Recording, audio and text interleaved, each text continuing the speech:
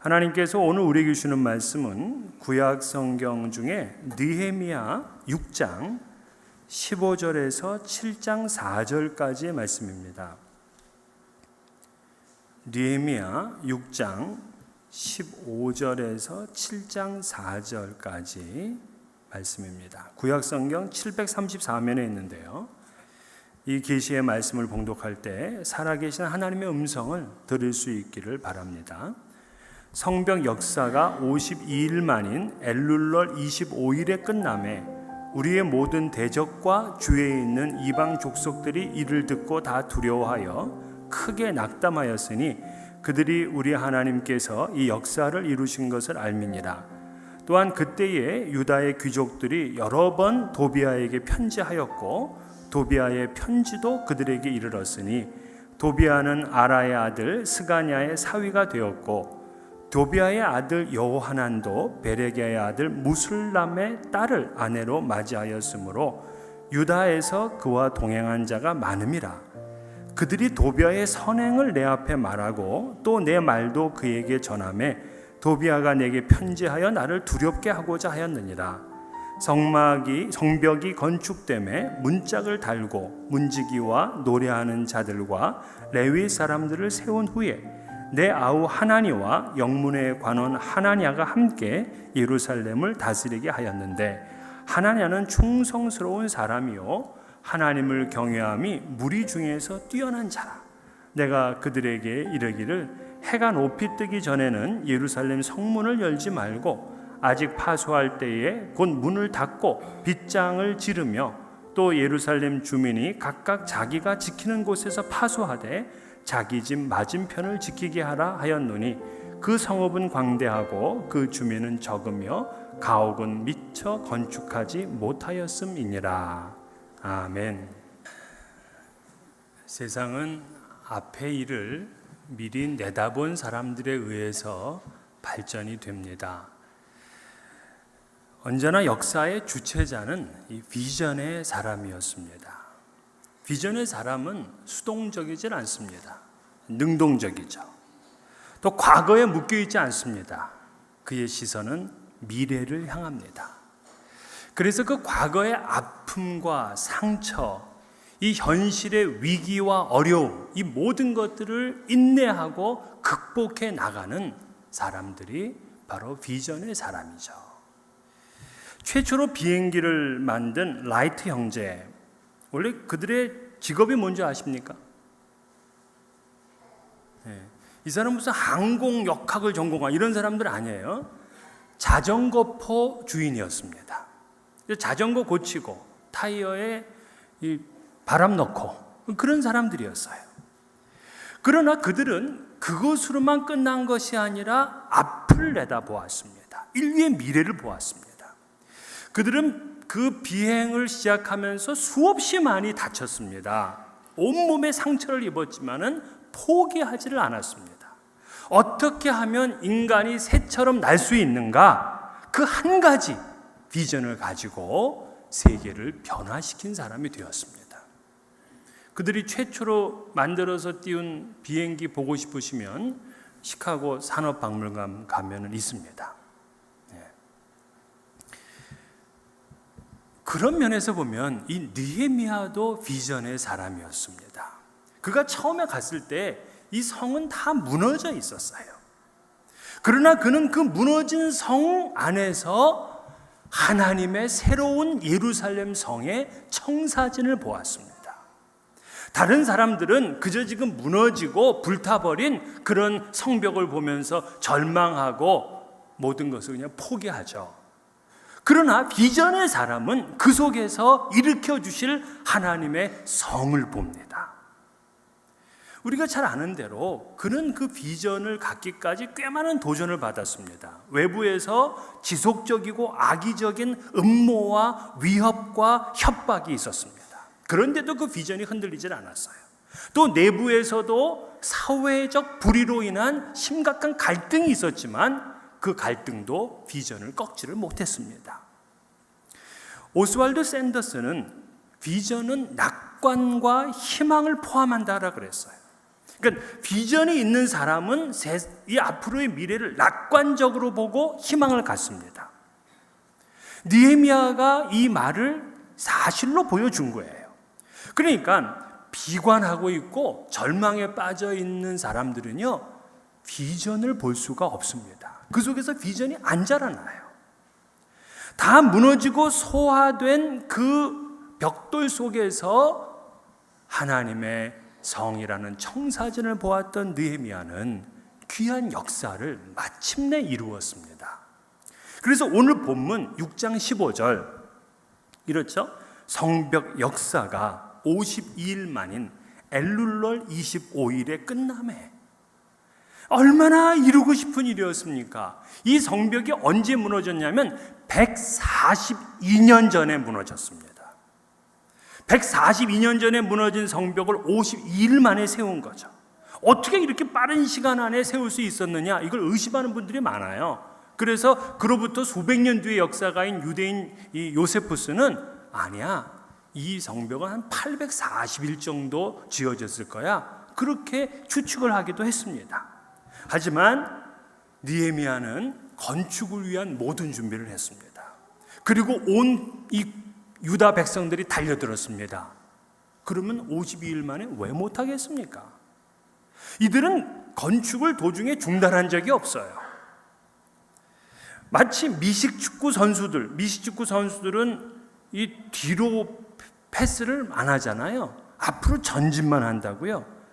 단지 그냥 넘어뜨리는, 그리고 딴지를 걸려는 그 수없이 많은 수비수들을 제치고 마치 터치다운에 성공한 것 같은 그러한 기쁨과 감격이 바로 6장 15절 속에 있다고요.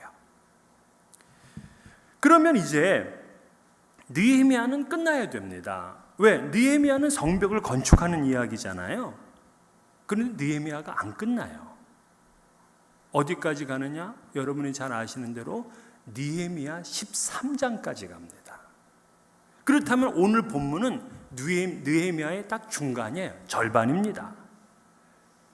분명히 15절에 끝나매라고 했는데 느헤미야서는 끝나지를 않은 거예요. 왜 그럴까? 성벽을 건축했다고 끝난 것이 아닙니다. 아니, 건물 잘 지어놓으면 그거로 됐습니까? 교회가 건물을 구입하고 그리고 그 주인이 됐다고 이제 다 끝난 겁니까? 물론 건축하기까지도 힘든 일이에요. 거기까지 간 것도 잘한 겁니다. 그러나 그 성공을 지켜나가는 것은 더 중요한 일입니다. 느헤미야는 성을 중건하는 일을 마쳤지만은 진정한 성공은 아직 이루어지지 않았다는 걸 알았어요. 왜? 하나님의 백성으로서 이스라엘의 거룩함이 회복되지 않았기 때문에 그렇습니다. 성벽 건축은 끝냈지만 느헤미야서는 끝나지 않은 이유가 바로 그거예요. 그렇게 본다면 사실 여러분, 이 땅에서 진정한 성공을 이룬 사람은 아무도 없습니다. 왜냐? 우리가 살아가면서 하는 그 성공들은 전부 다 임시적인 성공이에요. 주님 나라 갈 때까지는 성공했다고 누구도 자신할 수가 없어요. 끝난 게 아니기 때문입니다. 그렇다면 우리 인생에서의 이 성공을 주님 나라 갈 때까지 어떻게 끝까지 지켜나갈 수 있겠는가? 성공하는 것도 중요하지만 성공을 지키는 건 더 중요합니다. 첫 번째, 하나님께 영광을 돌리는 겁니다. 이 성벽 건축이 52일 만에 완공이 되니까요, 그 방해꾼들이 어떻게 대했는지를 오늘 16절에 이렇게 말합니다. 우리의 모든 대적과 주위에 있는 이방 족속들이 이를 듣고 다 두려워하여 크게 낙담하였으니 그들이 우리 하나님께서 이 역사를 이루신 것을 알미니라. 자, 처음에는 느헤미야와 유다 백성들이 성벽을 건축하려 했을 때 그들을 낙심시키려고 이 방해꾼들이 계속해서 위협하고 그리고 군대를 조직하고 막 그랬습니다. 낙심을 시켜서 그 일을 중단시키려고 했죠. 근데 다 짓고 나니까 이제는 도리어 자신들이 낙심했다는 거예요. 대적들이 낙심했다는 겁니다. 거꾸로 돼버리고 말았어요. 느헤미야 4장 4절에 보면 이런 기도를 합니다. 그들이 욕하는 것을 자기들의 머리에 돌리게 하소서. 그들이 욕하는 것을 자기네들에게 돌아가게 해달라, 이렇게 기도했는데 마치 그 기도가 응답된 것처럼 하나님께서는 원수의 목전에서 느헤미야와 유다 백성들에게 상을 베풀어 주었어요. 그런데 이 대적들과 이방인들이 두려워했던 이유가 뭐냐? 성벽을 건축했기 때문에? 아니요. 그 이유를 16절 마지막에 이렇게 얘기해요. 그들이 우리 하나님께서 이 역사를 이루신 것을 알미니라. 이 일이 하나님께서 하셨다는 걸 알았기 때문에 두려워했어요. 자, 이 대목이 중요한데 느헤미야도 자신이 이 건축 재료를 다 준비했잖아요. 그 술관원이라는 높은 관직도 내려놨잖아요. 그러면 이쯤 되면 야, 내가 이 성벽을 다 이루었어, 이렇게 할 만한데 느헤미야 자신도 하나님이 하셨다야. 대적들도 하나님이 하셨다예요. 그래서 느헤미야가 영광을 받은 것도 아니고 그 건축을 직접 했던 유다 백성들이 영광을 받은 것도 아니고 오직 이들은 하나님께만 영광을 돌렸어요. 이것이 중요합니다. 사람들이요, 성공한 다음에 대부분 다 무너져요. 왜? 자기를 드러내기 때문에 그렇습니다. 하나님께 돌려야 될 영광을 자기가 가로치니까 그 성공이 지켜지질 않는 거예요. 내가 하다가 결국에 그 성공이 무너집니다. 학생들이요, 공부를 열심히 해서 인류대학을 갔다고 합시다. 그 인류대학을 가서 하나님께 영광을 돌리며 사는 학생들과 야, 내 실력으로 여기까지 왔으니까 이제 내 마음대로 살아봐야 되겠다 하는 학생과는요, 대학생활, 그 앞으로의 인생이 달라요. 내가 사업에 성공을 했습니까? 내가 살면서 이루어진 많은 성공들 가운데 그 성공이 더 축복이 되려면 반드시 하나님께 영광을 돌려야지. 이건 내가 영광을 차지하려고 그러면 반드시 넘어지게 되어 있습니다. 교회도 그래요. 교회도 하나님 앞에 큰 일을 하신 분들이 있죠. 그리고 나서 조심해야 될 것은 하나님께만 영광이 되게 해야 됩니다. 요한 2서 1장 8절에 너희는 스스로 삼가 우리가 일한 것을 잃지 말고 오직 온전한 상을 받으라. 온전한 상, 그 상을 받기까지는 우리가 일했다고 얻은 것이 다 성공이 아니기 때문에 그래요.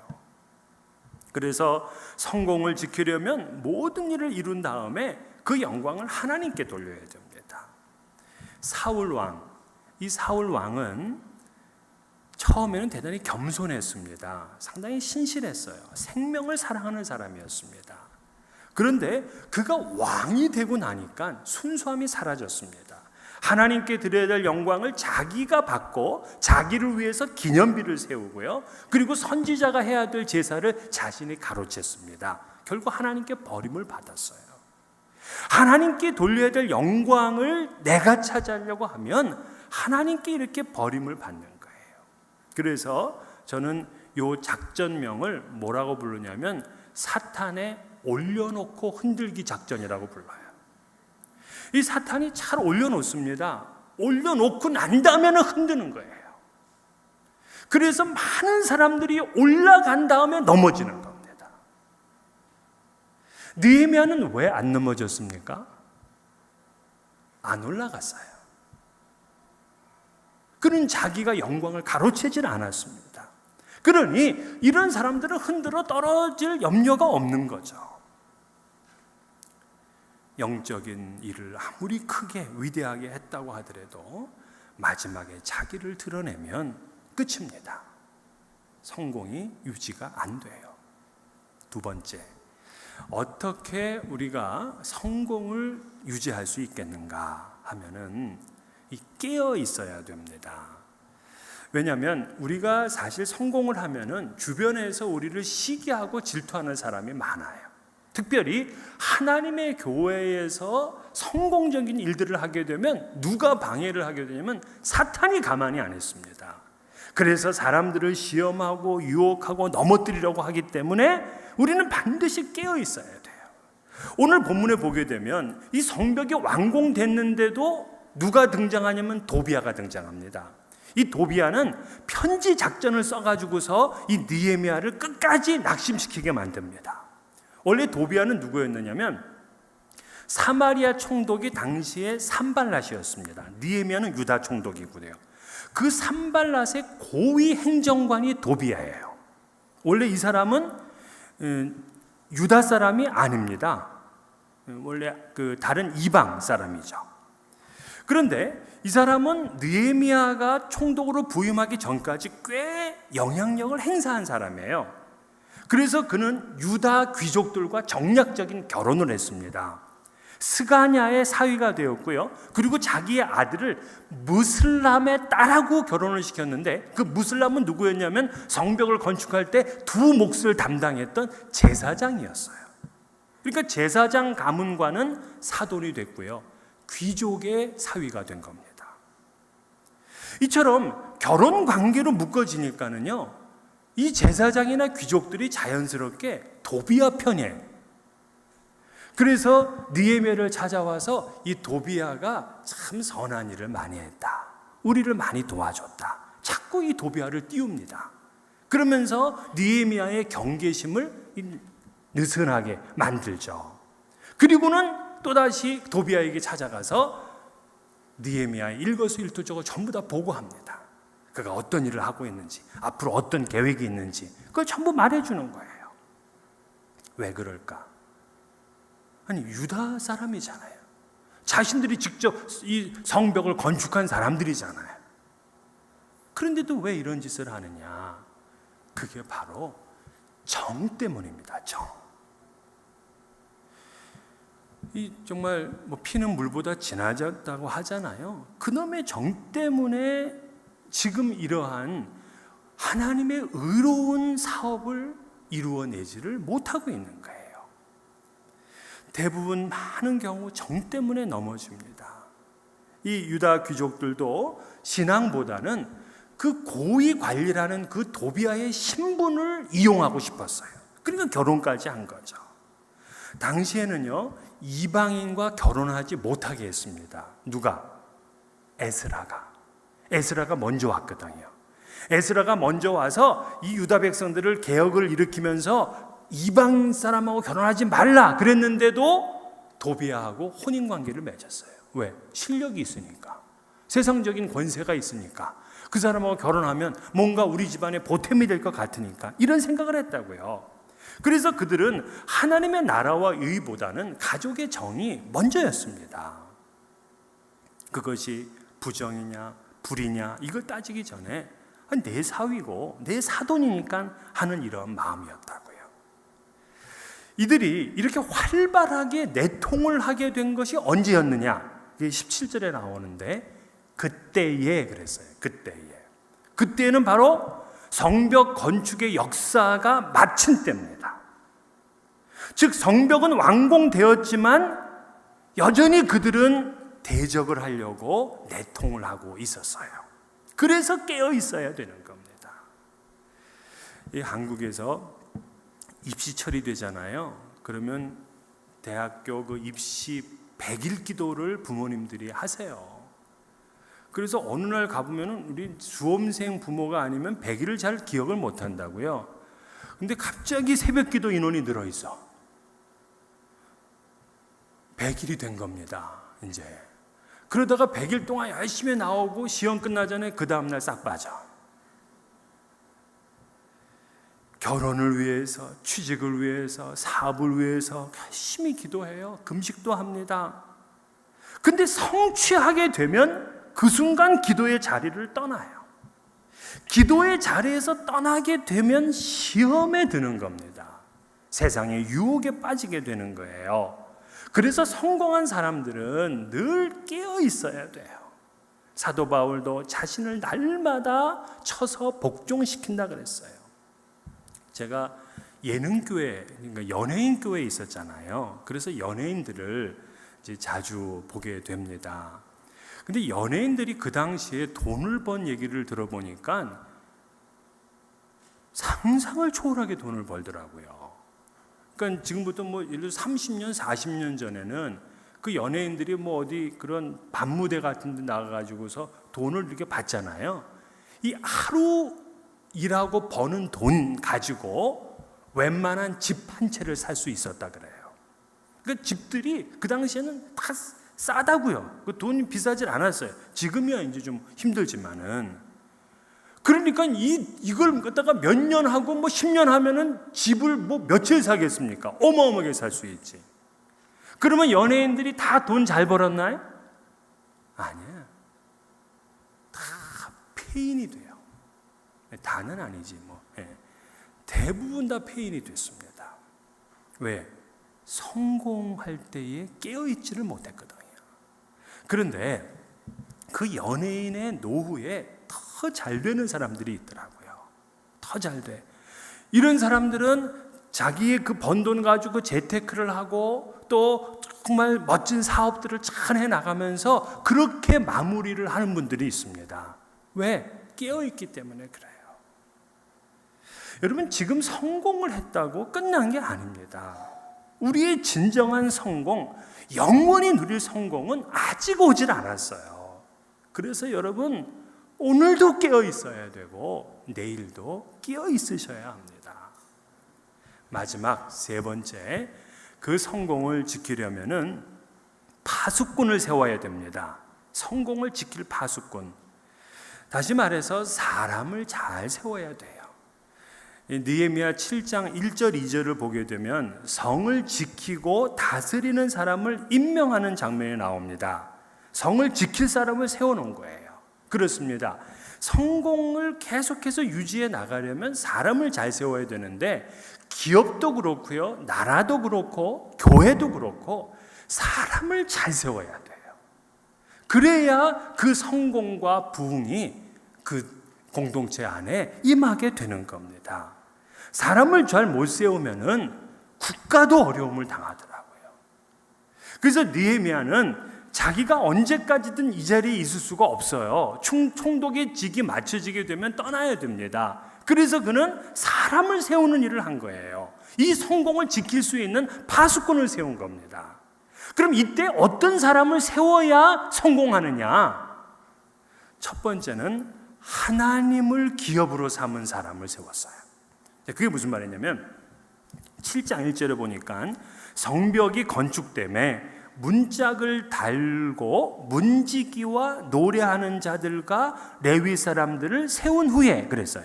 자, 문지기와 노래하는 사람들과 레위 사람들. 근데 사실 문지기도 레위인이고 노래하는 사람도 레위인이에요. 전부 다 레위인만 할 수가 있어요. 그 레위인들을 세웠다 이런 얘기입니다. 왜일까요? 레위인들은 땅을 기업으로 받을 수가 없어요. 땅이 기업이면 자꾸 땅을 넓히려고 합니다. 그래서 더 많은 재산을 쌓아가려고 해요. 그러나 레위인은 그렇지 않습니다. 하나님이 기업이에요. 그래서 하나님만을 섬기고 거기서 주어지면 주어지는 대로만 먹습니다. 그러니까 이 세상에 대해서 그렇게 욕심을 부리지 않는 사람들이라는 거죠. 재물에 욕심이 많았던 가룟 유다는 예수님의 12제자 중에 한 명, 얼마나 대단한 위치입니까? 그런데도 그는 실패하고 말았습니다. 현대 교회에서도요, 재물 문제 때문에 많은 문제들이 생겨요. 제가 메릴랜드에서 목회를 할 때에 그 위쪽에 있는 어떤 주에서 일어난 일인데요. 그 교회의 재정을 담당하는 장로님이 사업을 하셨는데 이분이 좀 어려우면 이 교회 돈을 가져다가 쓰는 겁니다. 내가 담당하니까 뭐 누가 알겠습니까? 이거를 갖다가 늘 그렇게 해왔는데도 교회는 모르고 있었어요. 나중에 이 목사님이 알았어요. 그래서 이 장로님 그러면 안 된다고 하면서 그 일을 못하게 했는데 질문, 목사가 쫓겨났을까요? 장로가 쫓겨났을까요? 누가 쫓겨나야 돼?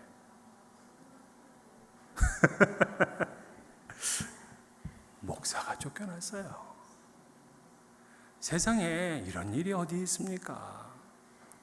왜 그러느냐? 이분이 하나님을 기업으로 삼고 있으면 이 교회가 성공을 하는 거예요. 그러나 세상을 자기의 기업으로 생각을 하면 거기에 모든 것을 집중하게 됩니다. 그러므로 이 땅의 것에 탐욕을 부리는 사람은 하나님의 교회에 파수꾼의 자리로 세워서는 안 되는 거예요. 그걸 막아야 됩니다. 언제든지 하나님이 교회를 파수할 수 있는 자격자로 하나님을 기업으로 삼는 사람을 세우는 겁니다. 이 정을 따라서 그렇게 하지 마세요.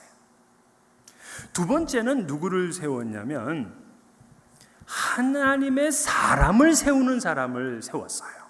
그게 무슨 말이냐?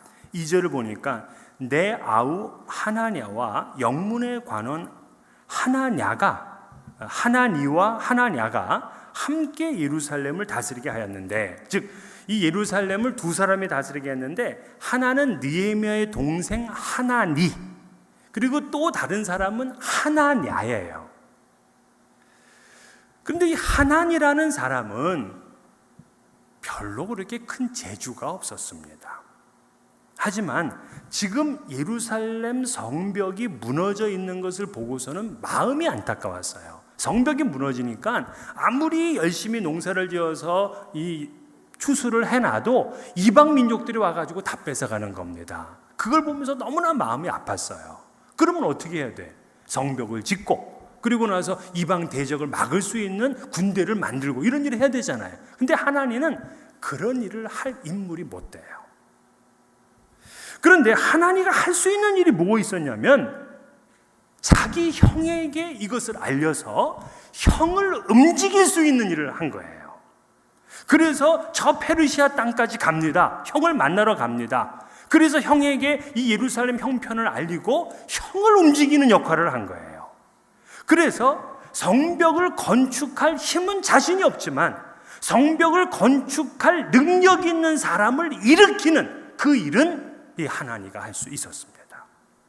신약에서 바나바 보세요. 바나바는 초대교회의 충성스러운 지도자였기는 하지만 그가 바울과 같이 세계적인 선교사로서의 인물은 아니었습니다. 그러나 그는 바울을 다른 사람들은 모두 다 그 사람을 갖다가 막았어요. 못 오게 했습니다. 그런데도 그를 교회에 추천하고 교회에서 함께 사역을 하고 함께 선교사로 파송을 했어요.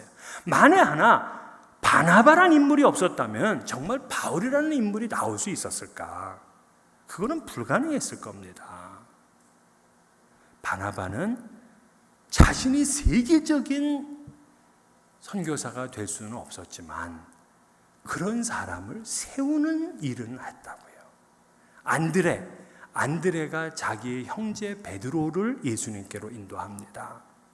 자기는 교회의 기둥이 될 수 없지만 교회의 기둥이 될 만한 사람을 세우는 일을 할 수 있는 거예요.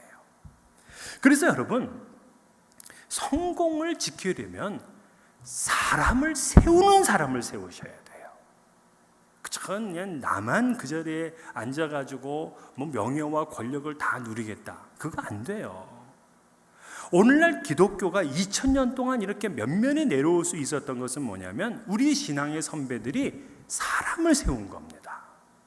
그래서 교회 보세요. 교회도 부흥하는 교회들은요 반드시 사람들을 세워나갑니다. 그래서 그 사람들로 하여금 일하게 만드는 거예요. 바울 사도가 디모데에게 이렇게 편지를 했습니다. 또 내가 많은 증인 앞에서 내게 들은 바를 충성된 사람들에게 부탁하라. 그들이 또 다른 사람들을 가르칠 수 있으리라. 자, 지금 디모데가 목회를 하고 있습니다. 에베소 교회. 그 에베소 교회 목회를 하는데 바울이 뭐라고 얘기하냐면 내가 디모데 너를 세운 것처럼 디모데 너도 충성된 사람들을 세워라. 그러면 충성된 사람들이 또 다른 사람들을 세울 것이다. 이 얘기입니다. 교회는 그래야 되는 거예요. 내가 그 자리에 차지하고 앉아서 내가 다 하겠다. 그러면 성공을 지킬 수가 없습니다. 마지막 끝으로 충성되고 하나님을 경외하는 자를 파수꾼으로 세워요. 그 2절에 보게 되면 하나냐는 충성스러운 사람이요 하나님을 경외함이 무리 중에서 뛰어난 자라. 완성된 성을 지킬 때에 또 한 사람의 파수꾼이 바로 충성스럽고 하나님을 경외하는 하나냐라는 사람이었어요. 하나님께서 야곱과 그의 자손들을 누구에게 맡겼냐면 요셉에게 맡겼습니다. 그래서 훗날 이스라엘이라는 이 거대한 나라, 이 나라를 세울 만한 그 모판을 요셉에게로부터 시작하게 했다고요. 왜? 요셉이 충성스럽고 하나님을 경외하기 때문에 그렇습니다. 그래서 하나님의 공동체는 충성스럽고 하나님을 경외하는 사람을 세워야 돼요.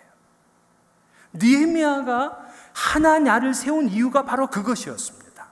하나님을 경외한다는 것이 뭐예요? 이 fear God이라고 하나님을 두려워하는 겁니다. 하나님을 두려워하지 않으면 교만하게 되죠. 사람들에게 막 상처를 줍니다. 공동체에 어려움을 가져오게 합니다. 그러나 하나님을 두려워하고 하나님을 경외하면서 충성을 다하는 사람은 그때까지 이룬 성공을 넘어서 큰 부흥의 역사를 이루는 거예요. 그래서 여러분들의 자녀들이 정말 진정한 지도자가 되기를 원한다면 그 자녀들이 정말 하나님을 두려워하는 자녀가 되도록 그렇게 기도하세요. 하나님을 두려워하면 그의 삶 가운데 놀라운 일이 열려지게 됩니다. 우리가 좋은 대학을 나와서 우리 아이가 10만 불, 20만 불 받는 거 그렇게 중요하지 않아요.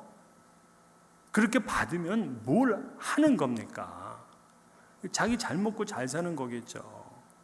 그러나 하나님을 경외하는 자식이 되면 반드시 하나님의 나라를 이루는 그런 귀한 인물이 되는 거예요. 오늘 이제 말씀을 맺는데요. 느헤미야는 참 성벽을 52일이라는 그 짧은 기간 안에 성벽을 완성을 했어요. 큰 성공입니다. 그러나 우리 인생에서 이와 같은 성공을 해도 난 다 이룬 것이 아닙니다 하는 미완성 의식이 있어야 돼요. 바울이 그랬잖아요. 내가 이미 얻었다 함도 아니요 온전히 이루었다 함도 아니라 오직 내가 그리스도 예수께 잡힌 바 된 그것을 잡으려고 달려가노라. 미완성의 의식을 가지고 있었어요. 그래서 모든 역사를 다 마쳤는데도 이 성을 파수할 그런 계획을 세운 것입니다. 오늘 우리가 반드시 기억해야 될 세 가지. 성공을 하거든 하나님께 영광을 돌리시고요, 늘 깨어 있으시길 바랍니다. 그리고 파수꾼을 세우셔야 돼요. 하나님을 기업으로 삼은 사람, 또 사람을 잘 세우는 역할을 하는 사람, 그리고 충성되어서 하나님을 경외하는 사람. 이 사람을 세움으로 또 여러분의 모든 사역과 또 우리 교회에 하나님의 큰 부흥의 역사가